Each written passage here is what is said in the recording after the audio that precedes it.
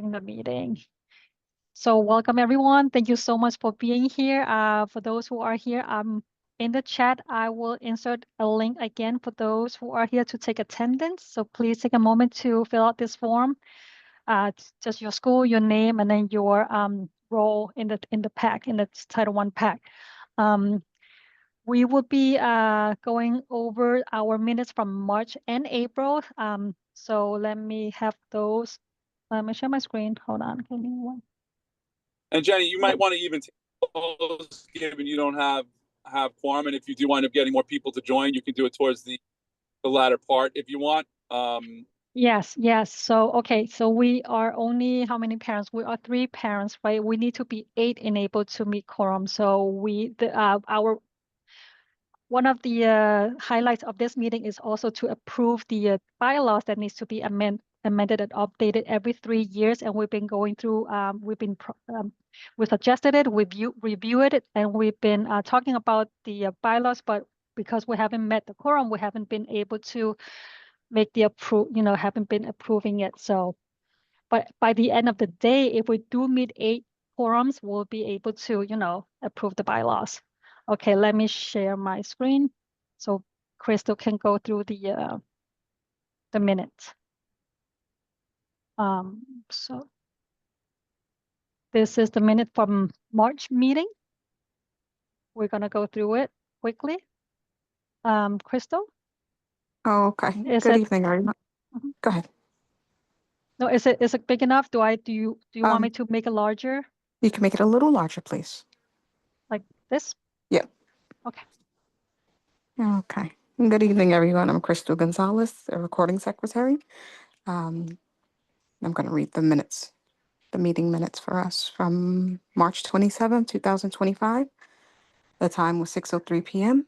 The meeting was virtual via Zoom. The chairperson was Catherine St. Pierre. The agenda was welcome and call to order. The meeting was called to order by Jennie Cheng at 6:03 p.m. Jennie Cheng shared the meeting slides.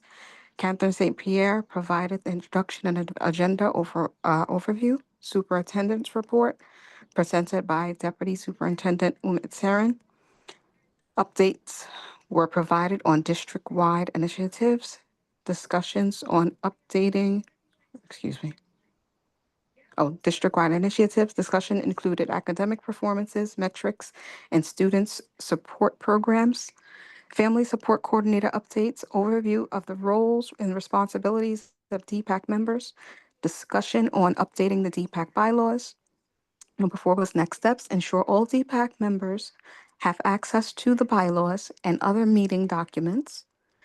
Amend the bylaws and vote on the amendments during the April DPAC meeting pending quorum. 5, CEC election updates, overview of the Community Education Council CEC timeline, data review from the CEC Candidate Forum, application period and voting timeline shared. Parents were encouraged to apply and participate. 6, school survey, submission timeline details shared and discussed. 7, CPAC updates, Title I PAC elections are upcoming. 8, upcoming events, next CEC meeting, May 7th, 2025. Next President's Council meeting, May 19th, 2025. Next DPAC meeting, May 29th, 2025. 9, summarizing updates presented by Louis Leota. How do you say his name? Lotito, I'm sorry. DPAC meeting adjourned. Okay, and now let's move on to our April meeting minutes. Do you see it, Crystal? Yes. Let me make it larger. Okay. Meeting minutes, DPAC meeting, date Wednesday, April 30th, 2025, time 6 p.m. to 7 p.m., location virtual meeting. 1, welcome and introduction. Jennie Cheng called the meeting to order at 6:03 p.m. Dr. Mike monitored the attendees and admitted participants as they joined. Catherine St. Pierre outlined the meeting norms. 2, approval of March meeting minutes. Jennie Cheng displayed the minutes from the March meeting.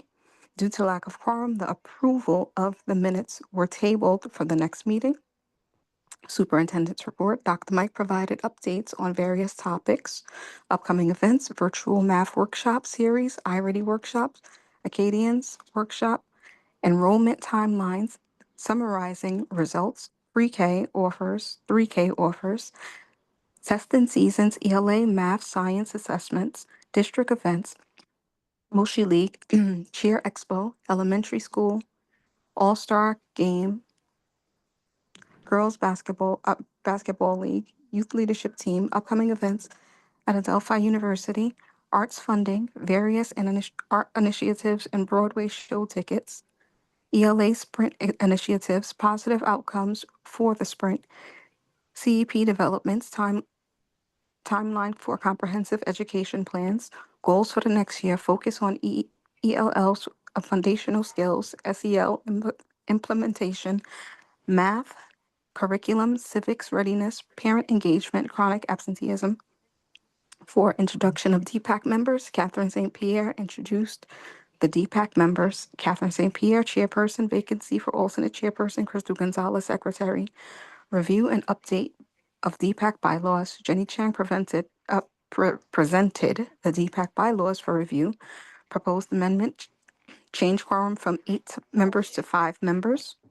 Due to lack of quorum, the review and approval were tabled for the next meeting. 6, CEC election updates. Jennie Chang provided an update on the CEC elections voting period, April 25th to March 13th, demonstrated how to vote via the New York City school accounts, encouraged parents to watch candidate forum recordings and review candidates' profile.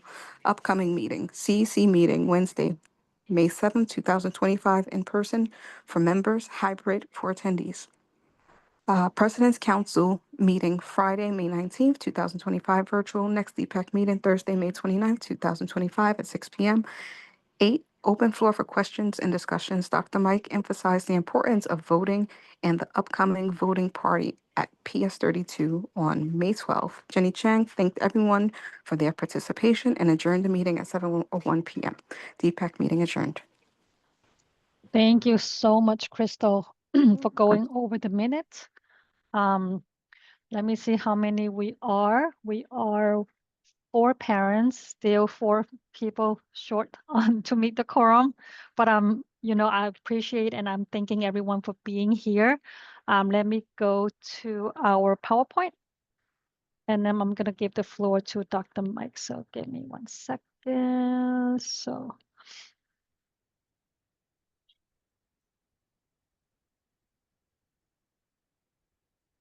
So today, Dr. Mike would like to take this opportunity to meet everyone and to thank everyone for, for being, for sitting on the PAC as the PAC chair and alternate. And we're also gonna go through the bylaws amendment, but since we did not meet quorum, I guess we will continue next time, unless we have more parents joining us. Meeting norms, we start and end on times. One voice when speaking. This is a safe space to speak. 1, 2, 3, and then me. If you spoke already, allow 3 people to speak before you speak again. We're here to respect everyone. We're here to be present, and we're here to be engaged and involved. Dr. Mike, our superintendent, Michael Dantona, and we have our deputy, Umit, Mr. Saran. Our team members, Title I DPAC members is Catherine St. Pierre. She's the chair. Our alternate is vacant right now. So if anyone want to step up for the next month, we are, taking any volunteers. And then we have Crystal Gonzalez, who's the Title I PAC secretary. Dr. Mike, do you want to share anything? I'm going to give the floor to you. Yeah, Jennie, I'm going to switch phones real quick. One is about to die. Just give me 1 second. Let me add I hope you're not driving right now. No. Good. Be safe.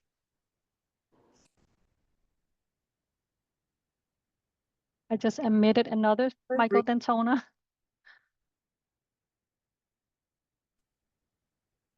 Okay, I'm here. Hi, everyone.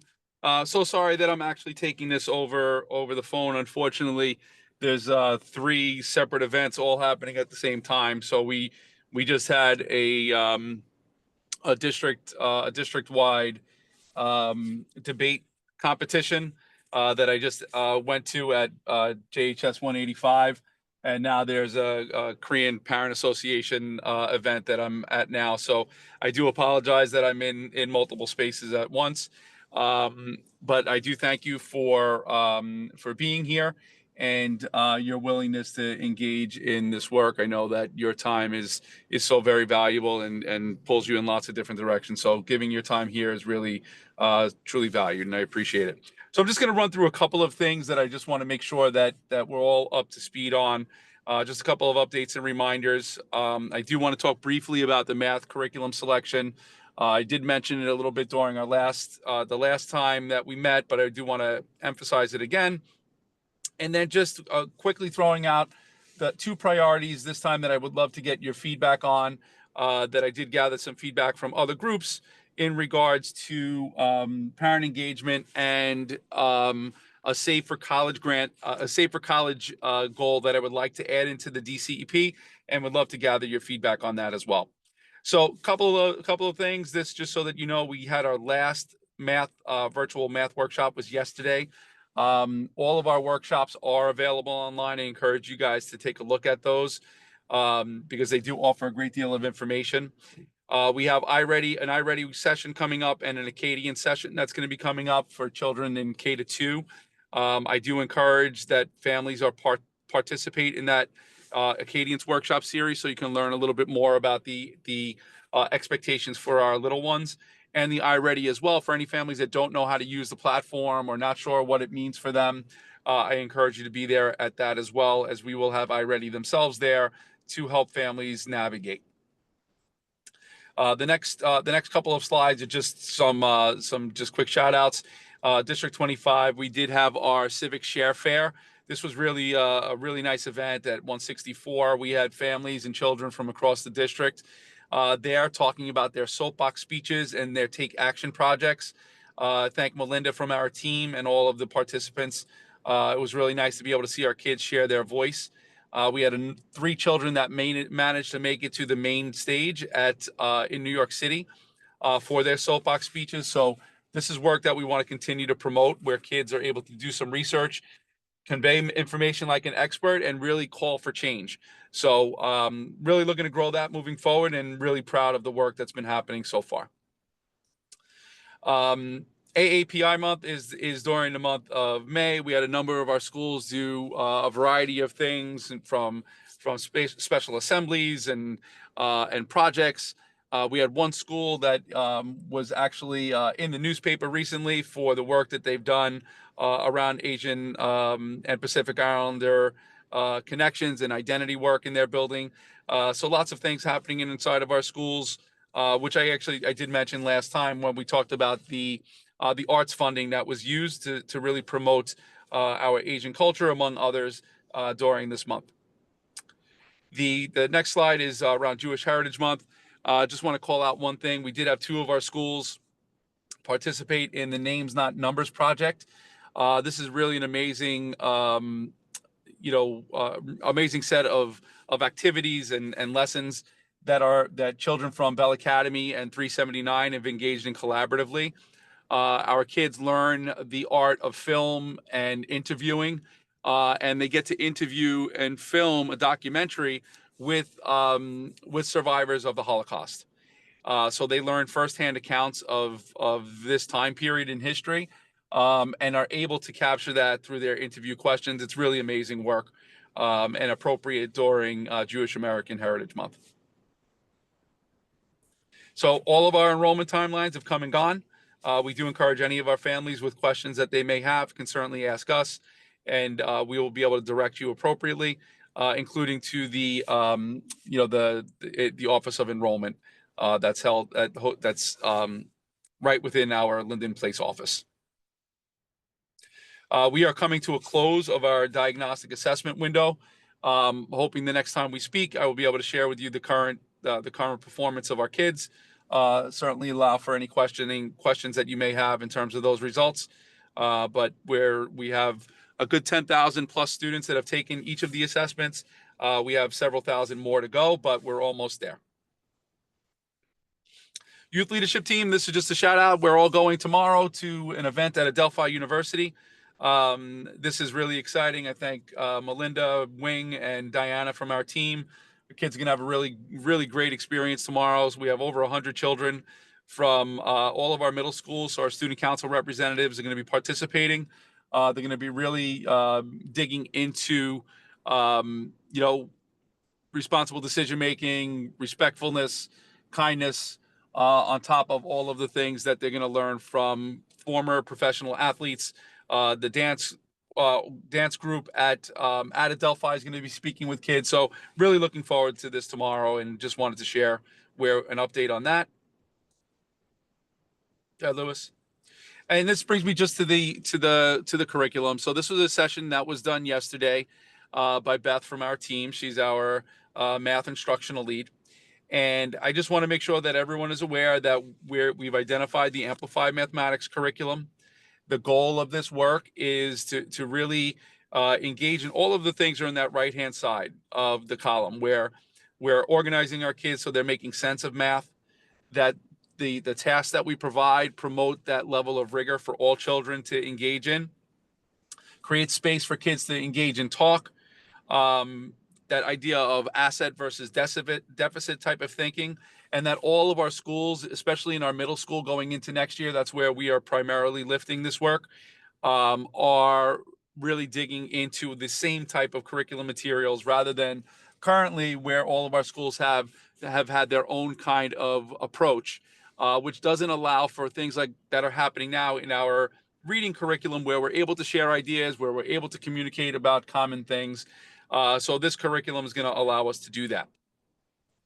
Now, I'm not going to spend too much time over the next set of slides, but I do want to say that we did have a process around the curriculum review.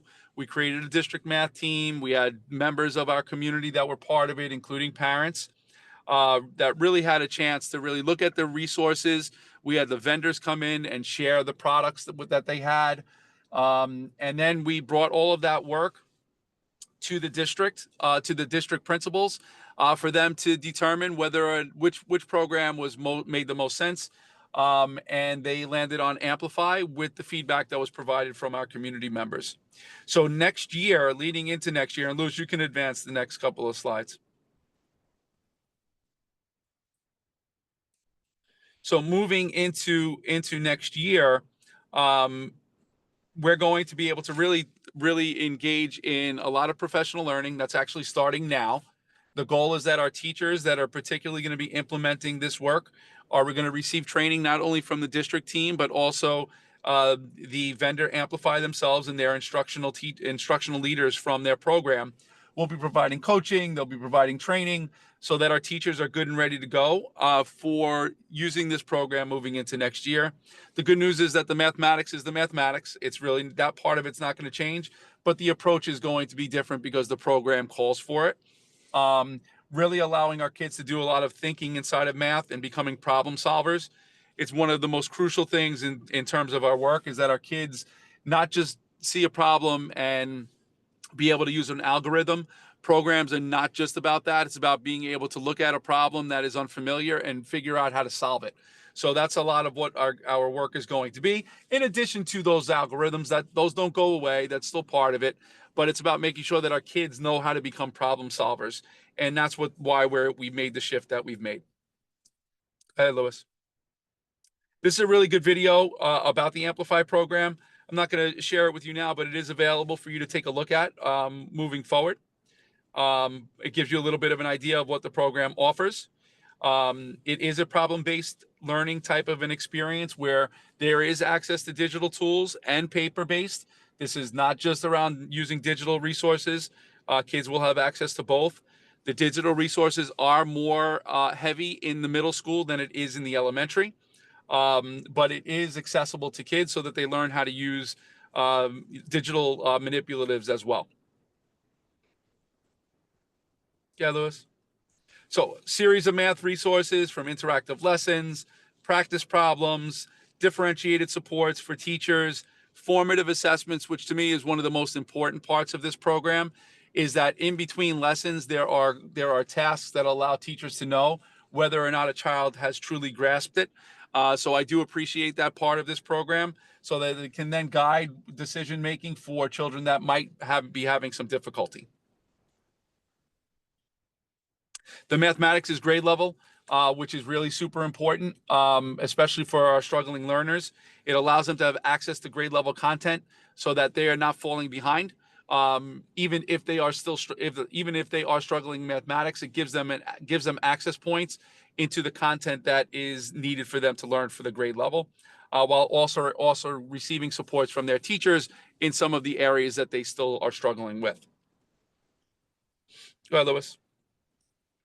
Yeah, you can move forward through that. I kind of talked through that already.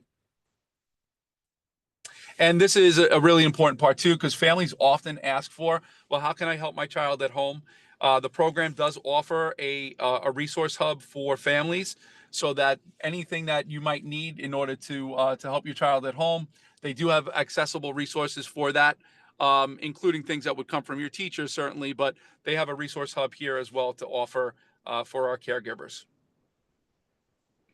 So next steps for us, there's going to be professional learning for all of our middle school and elementary school teachers across grade levels, so that there's clarity around how to implement.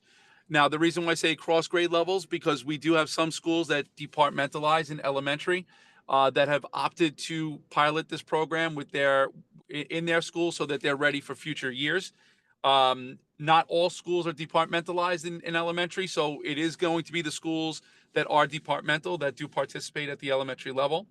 But all of our schools will receive in-person professional learning from Amplify, including for our principals, so that all folks are aware of what the expectations are for teaching, with the goal of implementation in June to ensure awareness and preparation for September.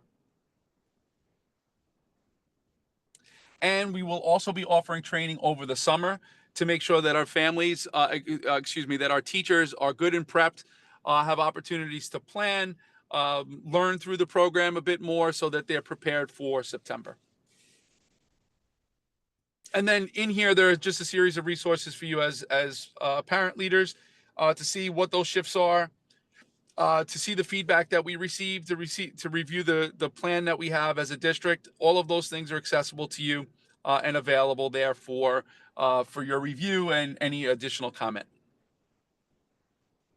Now, the two goals that I just want to mention to you that we've added, Lewis, you can go to the next slide. And this is what I would love to have your feedback on before I close out tonight, is around that second one that you see in yellow. In the district, we offer, and the citywide, what's referred to as the Safe for College program. This provides all of our children in grades K through 3 access to a bank account to support saving for college. And upon activation, all students receive $100 in their account that will accrue over time. Unfortunately, right now, we only have a little over 30% of our families that take advantage of it. And for me, I would love to increase that so more of our families can have access to that money in their child's account that will grow over time. So I'm wondering from your perspective as a parent, what do you think about this kind of a goal? Do you think that it's appropriate? For me, I would love to continue to push this as a district level, at the district level, so that our families know what the Safe for College program is and how it can help them as a parent and their child, because it can accrue. It can be something that can be added to over time, but it gives kids a starting place with money that is there and unfortunately not being taken advantage of, in our community, and would love to get that out there. So if any of you have any feedback on that, I'd love to hear you either come off of mute or add to the chat if you think that's a goal that we should implement. To me, it makes sense, but maybe for you, you might have other perspectives. So I'd love to see any feedback out there would be great. And the last thing, Dr. Dantona? Yeah. Hi, it's Wendy. Oh, hey, Wendy. Hey, how are you? Good. How are you? Good. So about that college savings account, it's not a bad idea, but it depends on, family income level. I know that because I've heard, I've been to like some seminars and they said that these college account right? When you apply for colleges, it's, you know, it's like an assets for the family, right? And then, you know, as it's an asset, you may not qualify for certain grants or scholarship or whatever. So, Gotcha. you know, yeah, so it might not, you know, might not fit Yeah, for all family. you know what? And I think, Wendy, at the very least, I love that you just said that. I think it should be something that part of the goal is to get the information out, because I'm not even sure that everyone truly is aware. And I think awareness goes a long way. Yeah. So I agree with you that it might not be for everyone, but I just want to make sure that as many people that can take advantage of it. Mm-hmm. But Right. I hear you on that. Mm-hmm. Hi.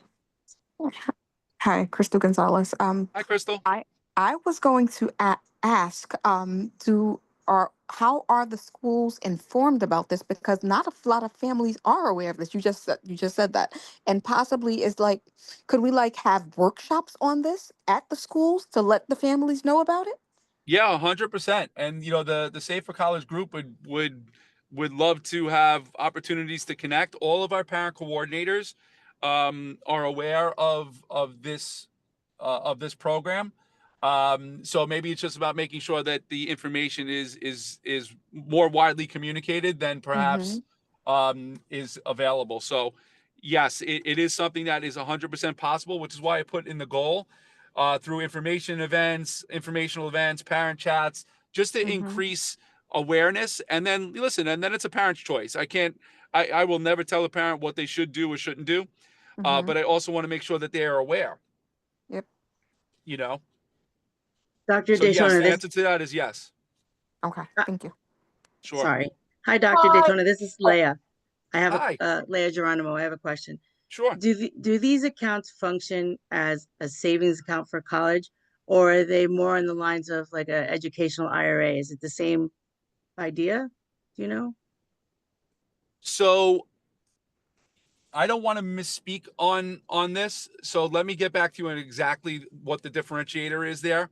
But technically, in general, it is intended for a college account, but I don't believe it has to be used as such if a child gets to college age and chooses not to go to college.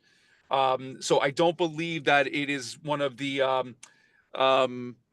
oh my goodness, I'm losing the number that's for the college. And we have one for my daughter and my son. It's a 529. Yeah, Right. 529. It is a Yeah. 529, Lewis? That's Yeah, the and that's educational IRA. That's the same And thing. today is Yeah. actually 529 day. Yes. And with the Um, 529, it's for the only one beneficiary, 10% Correct. every time you make a withdrawal that's not eligible. And in the end, if, for example, one child isn't going to college, but another child is, that money can be changed to a different beneficiary.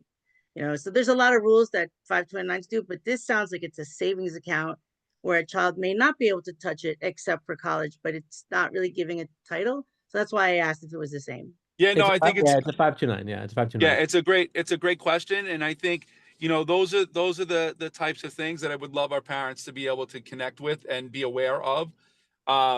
Because it's an opportunity. For some, they might look at that and say that might not be a positive for me in my current circumstance, but for one of my neighbors, maybe that's a great choice. Just to be able to, it's not a huge boatload of money, but it's still something that, you know, all you need to do is activate your account to have access to. But I think that's a great point that you just made too. Just that in terms of awareness, what all of those things mean, and how they function for a parent. Because, you know, frankly, even myself at times, I'm like, all right, what does this one do versus that one do versus the other one do in terms of account? And, you know, if there's not enough knowledge there, then it could be impactful for someone that doesn't know. So thank you for raising that. I mean, I can also add a little bit more to this account. So this account was created 3 years ago, so it's still new to us. So 3 years ago, it started with all the kindergarten students. Now they extended it to first grade, second grade, and now third grade. We just want parents to be aware so we don't lose this money. So by activating this account, you will get $100 in the account. Once you make your first deposit to this account, you get additional $25 account. And when you create the 529 account and link it to this account, they will give you additional $25 So this is your choice. We just want parents to be aware because the city put a lot of money aside and they can see that a lot of parents have not claimed that money. And we just want to like promote it and make sure all parents are aware. And at the end, it's their choice if they want to, if they want to link it to 529 to it or not. Thank you, Jenny. But the city is providing $175. I remember as if they follow those steps. And the really cool part about it too is that if through our parents and want to engage in fundraisers, if they so chose as a collective to say that through this fundraiser we're going to contribute to the accounts across your school, you can legitimately do that too. So there are lots of ways that you can even enhance and accrue the dollars that are in there if you so chose. But I just feel like there are advantages to it that I feel like parents should be aware of.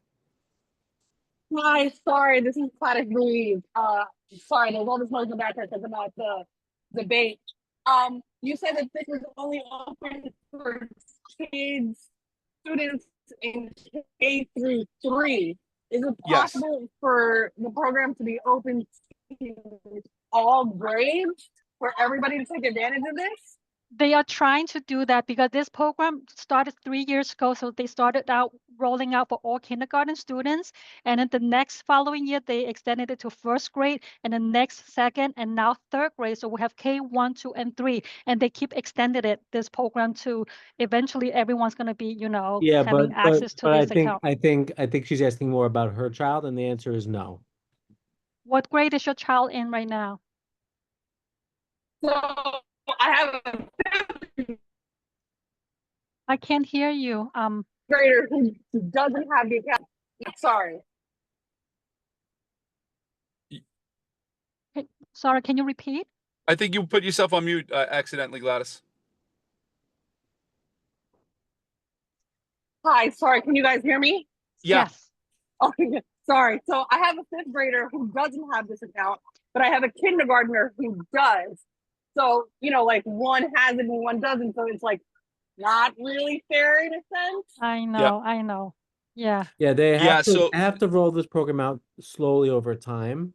And they're doing that by opening it up to the new kindergarten grade every year. So that's how they're rolling it up. So the kindergarten students that have it this year, they move to 1st grade, they have the accounts, and the new incoming kindergarten class will get accounts. So at the end of 10 years, all students in the city up to high school will have it, but by then your child will be out of the system. Yeah. So it's not available for kids outside of the window. The grades that they've already identified, unfortunately. Yeah. Okay, thanks. Yeah, I mean, I can certainly share that up, that that there are folks that maybe weren't able to take advantage of it, but I don't know that they would be able to extend that to the remaining grades that weren't part of this initial growing it up over time. But there's no harm in asking. But I do know that the answer will likely be no, that's not going to be something they can do. But I will certainly escalate it up for sure. But in general, parents, do you think that this makes sense to be able to include this as one of our district goals? Yes. It's a Okay. yes for me. Anyone else comment? Leah, you muted. Sorry, I put my video on, but not my audio. I agree that this is something parents should find out about, and it's up to them if they want to join. But 100%. it's more like if they don't know, how do they know? Because there may be parents that are not Title I, even though they're in a Title I school, and they are just beginning to think about how their preschool kid is going to, go through college. So Yeah. again, like anything is possible. I have a 529 for my son. There was an offer in our old school for the same thing. I didn't take advantage of it, but knowing that you can maybe transfer it over or do something else, I don't know, it's something to think about, but Yeah. certainly something to tell other parents about. Okay, cool. All right, so then I'm going to keep that in there. I'm going to add it to our district comprehensive education plan. And this last little part, this is really more just a think about for the next time we come together. As a CEC and district, we've collaborated on this idea of wellness and wanting to build wellness across the district. And one of the things that we asked for feedback on were around the mottos that supported it. And after we received that feedback, we landed on these 3 words. wellness, kindness, community. And for me, you know, and Crystal, this is something interesting that I just made me think about it even more after coming from your school, and the word family that was used so frequently during the conversation, and the idea of how connected you guys were as a community, that I feel like it's important for us to all be in that mindset and really establishing approaches and activities that connect families to one another, connect families to to this space of respect and rapport and kindness towards one another.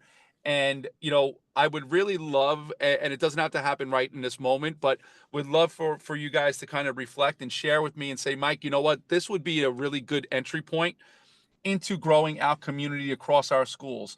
Are we doing X, Y, and Z across our buildings to really make us feel like we belong in our schools? And then it creates a rallying cry for what that's going to be across our district. But I would really love to hear some feedback from you guys. And again, it doesn't have to be a now thing, but as we move into our next our next meeting when we come together, if you guys can just share some feedback, what should community really look like, sound like, and feel like across our schools, and how do we build from where we are to where we want to be? And I do think that we have across the vast majority of our schools where where we can say that we are functioning as a one large community. And I think that others, some families might say yes, but and I think wherever we are within that, we can always do better for the folks that we serve. So I don't, if any of you have a comment on that now, great. If you guys can just think about it and share back with me, Mike, this is what it made me think, I would love that. Because I do want to make this goal really more robust and connected to the things that I feel are important. And community really important, respect and rapport really important, kindness really important, and I think that's all around the idea of community. And would love to have my goal in this area around that, but would love to hear perspective. I think of District 25, personally, this is my, my experience, and personally, I think we are a community, not just within, well, you heard from our school, but within the district as well. I think it is a community. Like all of the activities that you guys have, all of the events that you have, all of the diversity that's there, we have unity within, and that entails that unity in a community entails harmony, togetherness, um, under having mutual understanding and respect. We're striving to reach the same goals. All of the families, well, majority of the families have the same, they want the same thing for their children. We want the best for our children, and within the district, I feel like there's respect. We have respect for one another. We take into considerations others' perspective, and we're cultivating an inclusive and welcome environment for each other. And that's what I believe is important. And I think that we do have that, and that works I for love that. us. So I Yeah, think we love should that. continue to move forward with that. Thank you for that, Crystal. I love that. You're welcome.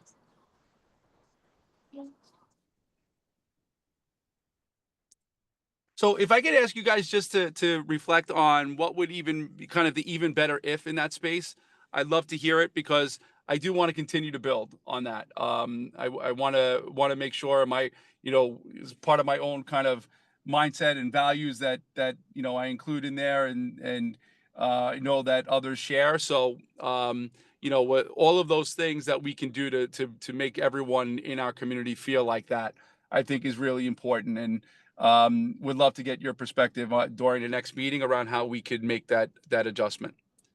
But other than that brings me to a close for tonight. And if you guys have any other questions, please let me know. And if there are no questions, then I'm going to try to run and get into this other event that I'm supposed to be at too, and try to split myself in 3 spaces. Okay, get there safely, Dr. Mike. I'm just gonna go over the CEC update, and then there will be, my part. So let me share my screen. Let me see if can you guys see my screen, everyone? Yes. Okay, thank you so much. So The CEC voting period has ended about 2 weeks ago, and all parents were informed about the CEC campaign, I would say months ago, and how they could vote for the CEC members. They want to represent them and their children, as the elected CEC members will serve as their voice. In June, we don't have any specific dates yet, but the CEC members for the 2025 to 2027 will be announced. The term will start, each term lasts for 2 years. It's a 2 years term, and they will start on July 1st. The newly elected members will undergo trainings to prepare for, who will prepare them for their new roles. This data chart shows the CEC, the number of CEC candidates who apply for a seat in 2023. So again, the CEC campaign election is every 2 years. So this is 2023 in orange, and there was an increase of 22% compared to the last election. So it's about 260 more applicants this year. This second chart shows how voting progressed over time. So number 1 would be day 1 when the voting rolled out on April 25th. So on day 13, we saw one of the highest number of parents casting their votes, and these data are based on the citywide participation. This third chart shows the number of parents who casted a vote broken down by district. So please note the data was received a week before voting ended on May 13. So it does not include the final numbers, and I still haven't received it, but I will update it once I get the new charge. During the CEC voting period, all districts were asked to hold a voting party to help increase the numbers. So we picked our voting party at location 25 at PS 32. So we collaborated with Principal Arrigo, which is the principal of PS 32, and her team, and they went above and beyond with decorations and make sure it looks fun. When parents come in, it has to look fun. They have balloons, they have set up stations where parents can watch the recordings of the CEC forum in case they are not sure who to vote for. They have the photo booth. They got the stickers, I voted stickers, and we have someone from FACE representing FACE in case they have any questions related to CEC and their roles. And then we have me, myself, and Louis there behind the scene helping them to support with the Nexa account if they don't know how to access the Nexa account, because Nexa account was the only platform used for the voting part. And then I dragged my son with me as he needed some community service hours. So he was helping me and with the handing out snacks and water for our parents. We have the district, not district, PS 32 had also invited some members, teachers, and the principal was there, the parent coordinator was there, Dr. Mike was there to mingle with parents, and in case they wanna, they have questions. So we were all there to greet our parents. So it was a good event at PS 32. Community Education Council, CEC meeting. So we have 2 additional meetings that we added to our calendar recently. Tuesday, June 3rd, and we have June 4th, which is a special meeting. Everything is, all the meetings are hybrid, so you can come to Linden Place, or you can listen in to a link that you can find on our d25.nyc website. June 11th is the CEC award ceremony. It would be streamlined. So if you so these awards are given out to students and some staff members. So the attendees would be their closest members. In person is in-person award ceremony.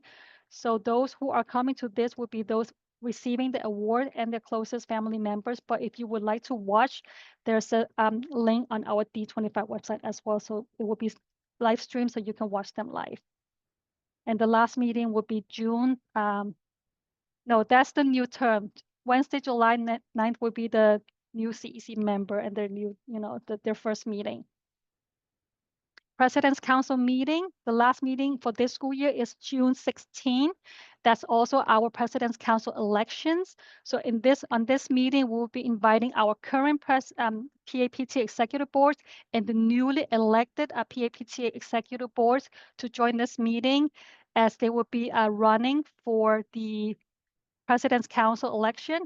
And the old one can vote, the current one can vote, I'm sorry, the current PAPTA executive board, they can vote for the new PAPTA if they are nominating themselves to join the President's Council election.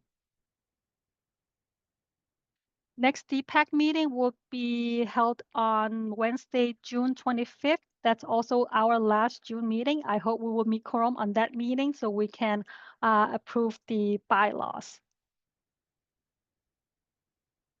These are our DOE vendors that we have been working with in case schools are looking for ideas on how to spend that 1% set aside plan, our Title I money. So these are the vendors that we've been working with, and these are great resources. So we will try to invite them, to attend our future meetings so you guys can learn about their programs. And the next DPAC meeting will be next month on June 25th. Does anyone have any questions?